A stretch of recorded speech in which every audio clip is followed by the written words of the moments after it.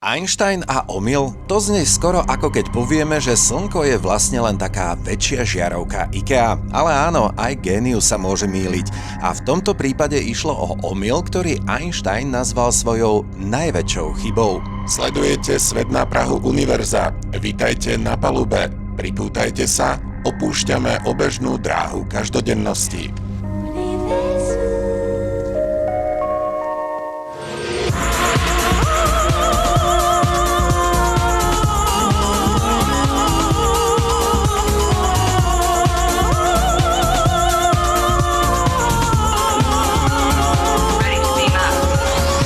Keď sa na začiatku 20. storočia začalo hovoriť o tom, že vesmír sa rozpína, Einstein si to jednoducho odmietol pripustiť.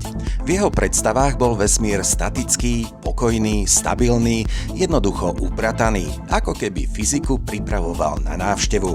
Lenže matematika je neúprosná. Rovnice ukazovali, že vesmír sa nedá udržať v pokoji bez toho, aby sa nehýbal, nerozťahoval alebo v extrémnom prípade nezrútil sám do seba.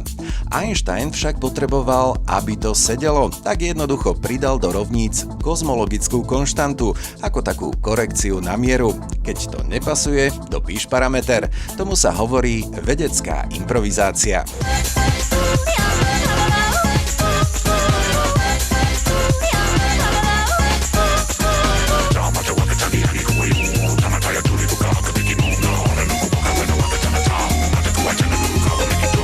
Ale potom prišli pozorovania Edwina Hubbla.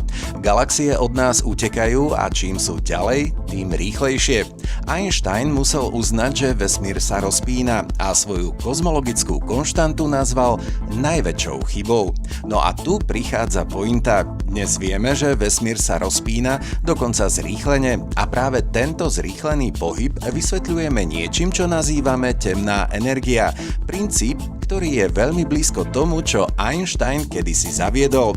Inak povedané, najskôr si to vymyslel, potom to zrušil a moderná fyzika povedala: vieš čo, Albert, možno si sa netrafil úplne vedľa.